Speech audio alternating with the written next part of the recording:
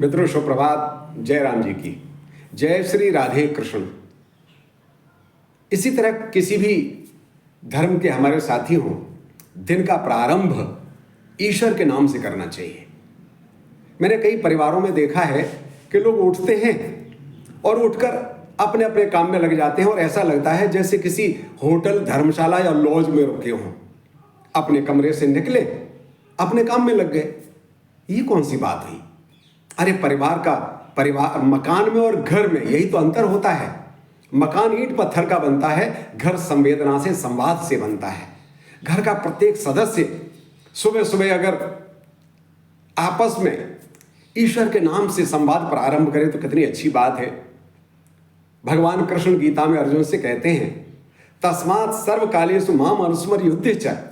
हे अर्जुन, किसी भी स्थिति में, परिस्थिति में, सर्वकालेषु, हर समय जो भी तू कार्य करना चाहता है, मेरे नाम से प्रारंभ कर, मुझे अनुस्मर, मुझे स्मरण कर और युद्ध कर।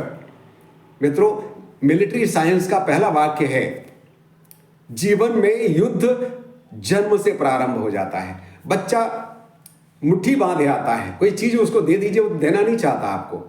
इसी तरह हम सब पाना चाहते हैं, खोना नहीं चाहते।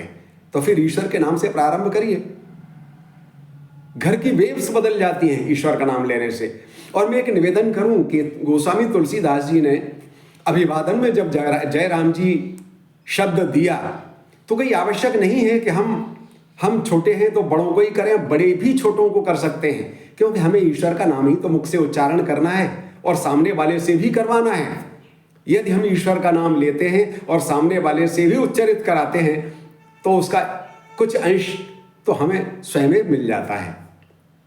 घर की वेव्स बदल जाती हैं। अभी अंडमान निकोबार की यात्रा करने का सौभाग्य प्राप्त हुआ। मित्रों, आपकी शुभकामनाएं मेरे साथ रहती हैं। लौट कर आया तो बिटिया ने कहा कि पापा, आपकी फ्लाइट 11 बजे आएगी, रात को कहाँ जाओगे? हवाई अड्डे के पास ही, दिल्ली एयरपोर्ट के पास ही हमारे देवाशीष के भैया कर्नल रजत पांडे जी का मकान है, वे आज वहीं हैं। मैं बड़ा संकोच करता हूँ, पहली बार कहीं भी जाऊँ तो कैसे क्या जाऊँ, लेकिन वो जिद कर गई। खैर, वो रजत जी मुझे लेने के लिए एयरपोर्ट पर खड़े हुए थे। आत्मीयता देखिए, रिश्ते निकट के हों और प्रेम ना हो तो टूट जाते हैं, और बहुत दूर के भी हों और प्रेम है, लगाव है, सम्मान है, इज्जत है, तो वो जीवंत हो जाते हैं।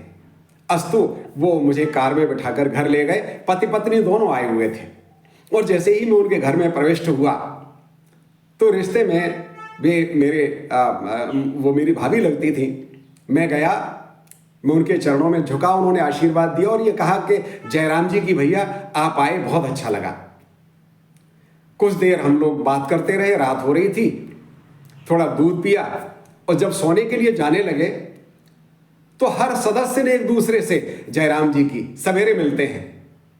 और सुबह जब मैं उठा तो रजत जी पहले उठ चुके थे, उससे पहले उनकी मां पूजन कर रही थी। जैसे ही मुझे उठे देखा तो भाभी जी आई, जयराम जी की भैया। रजत जी उठे, जयराम जी की अंकल।